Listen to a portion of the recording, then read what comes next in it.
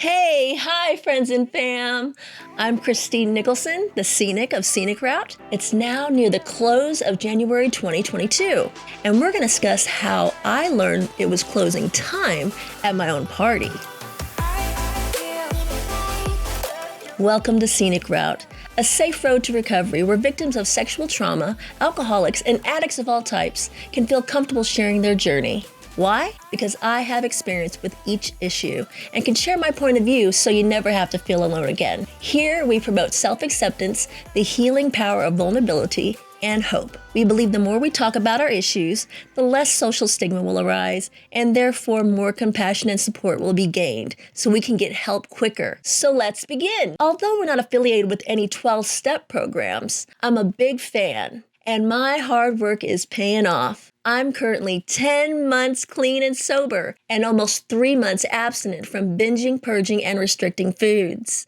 But let's rewind the tape back a little bit. Let's talk about the history behind my sobriety. Just exactly how did I come to realize that my drinking had entered the alcoholic zone, that my drugging had entered the crackhead zone, and my eating was all but normal? Ladies and gentlemen, I present to you the top 10 reasons how I finally figured out that I'm an addict of drugs, alcohol, and food. First, I must preface that I believe addiction, including alcoholism, is a disease of the mind, body, and spirit. The American Medical Association classified it as a disease in 1956. And according to the National Institute on Drug Abuse, addiction is defined as a chronic relapsing disorder characterized by a compulsive drug seeking and use, including alcohol, despite adverse consequences. Drugfree.org says approximately 1 in every 10 Americans over the age of 12, roughly equal to the entire population of Texas, are addicts. But only 11% of those with addiction will seek treatment. The disease can happen to anyone, whether educated or not, had a traumatic past or not, or whether or not genetically inclined. As AA states, cunning, baffling, and powerful.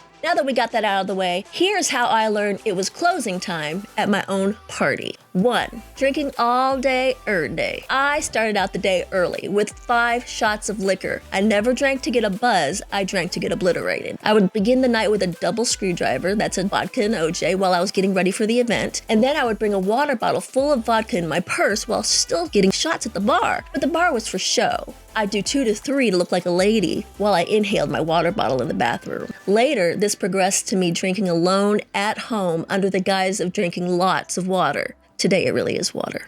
Number 2, having withdrawal symptoms. Because I oscillated between drinking, drugging, binging, and purging of food, or all 3 at the same time, if there ever came a time when it had been too long since the last hit, I would experience withdrawal.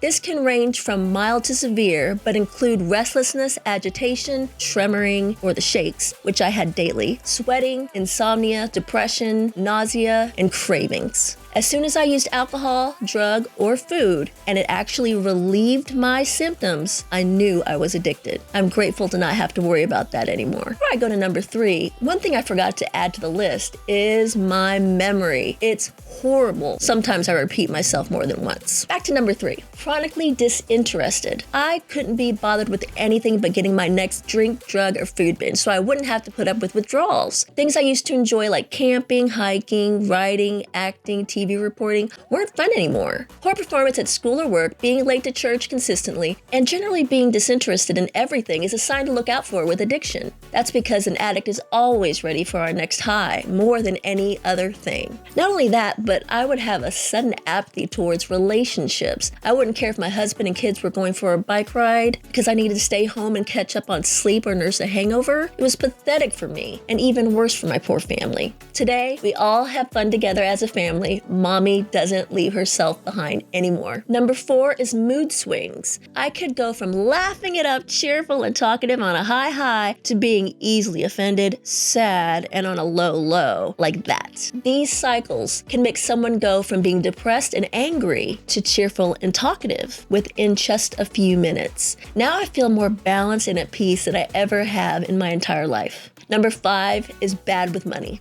Not only will a drug addict mismanage their own money, drain their savings account, not pay their bills, etc., but they go to great lengths to get money from whatever source they can. This includes selling important personal items and stealing from others. Sadly, I did all of the above. My husband, who is not an addict, he's a civilian, recently shared with me that he knew that I slowly withdrew from his account at the beginning of our relationship to the tune of thousands of dollars. I would never do that today. The closest thing to worry about with me would be my love for shopping on Amazon Prime. Number 6, excessive weight change. Not only does drug or alcohol sometimes increase or decrease appetite, but also abusers may suffer from impairments on brain activity and a decrease in reasoning skills, which lead to not being concerned with nutrition. For alcoholics or even pot users, weight gain can actually accompany the addiction. For me, since I had an eating disorder, I would use drugs and alcohol to suppress my appetite to the point that at my 5'4.5" tall frame went all the way down to 110 pounds. For me, that's a walking skeleton, a size 0. Today, my husband says I shouldn't lose not 1 pound from my current frame.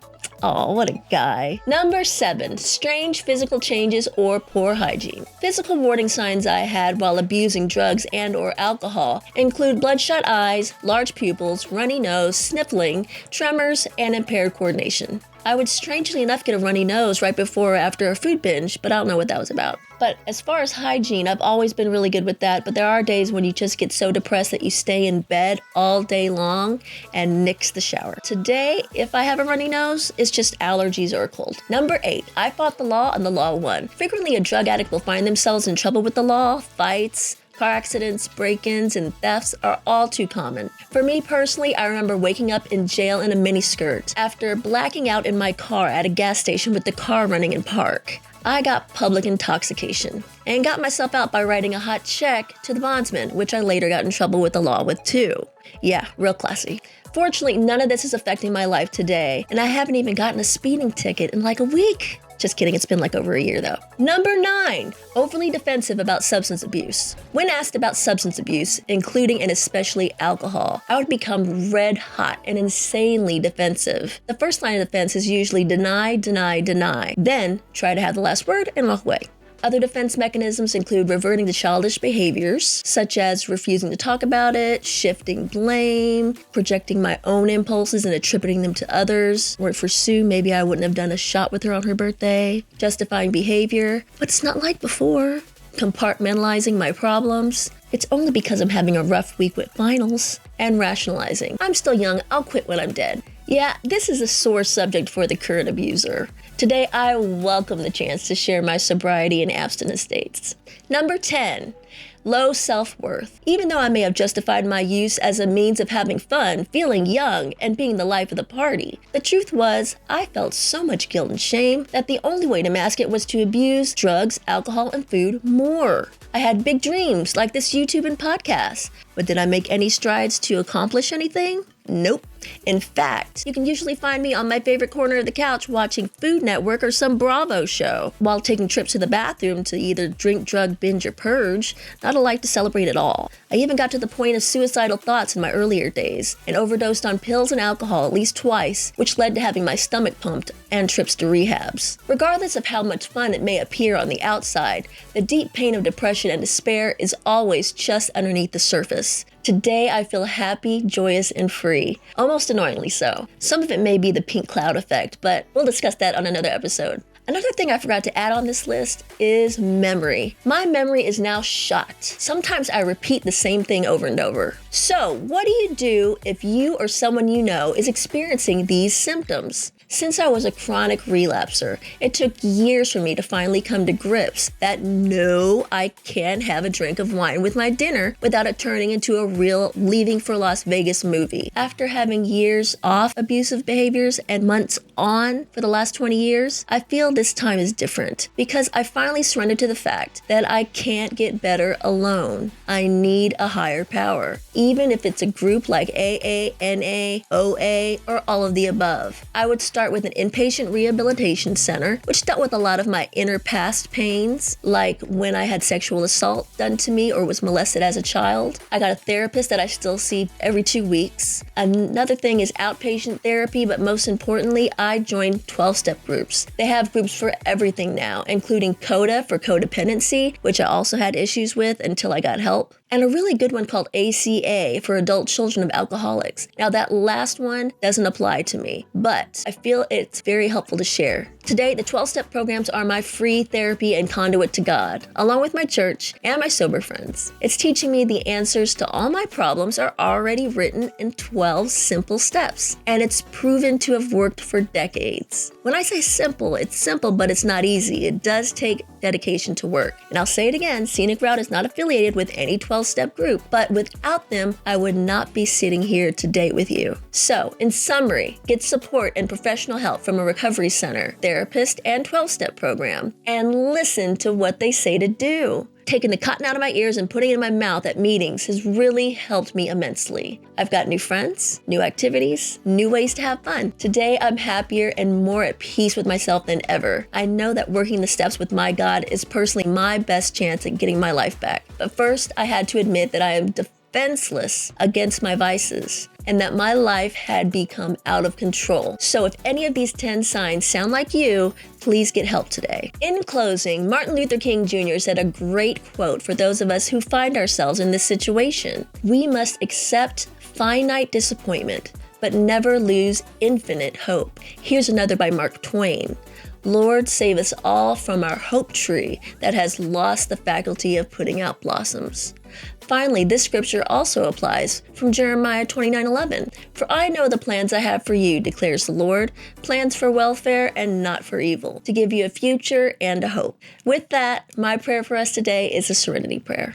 God, grant us the serenity to accept the things we cannot change, the courage to change the things we can, and the wisdom to know the difference. Thanks for joining me on Scenic Route. Remember, you can always contact me at CNICRoutePodcast@gmail.com or find me on Facebook and Instagram from my new website. Thank you, Noel. ScenicRoute.net or CNICRoutePodcast.com. Speaking of podcasts, please like and give us a 5-star review if you like what you hear. Share with a friend. And on YouTube, please like, share, and subscribe. Don't forget that Scenic Route may be slower and take longer, but it's prettier, and we're worth it. I really hope this has helped you in some way today. Thanks for your support and have a great week.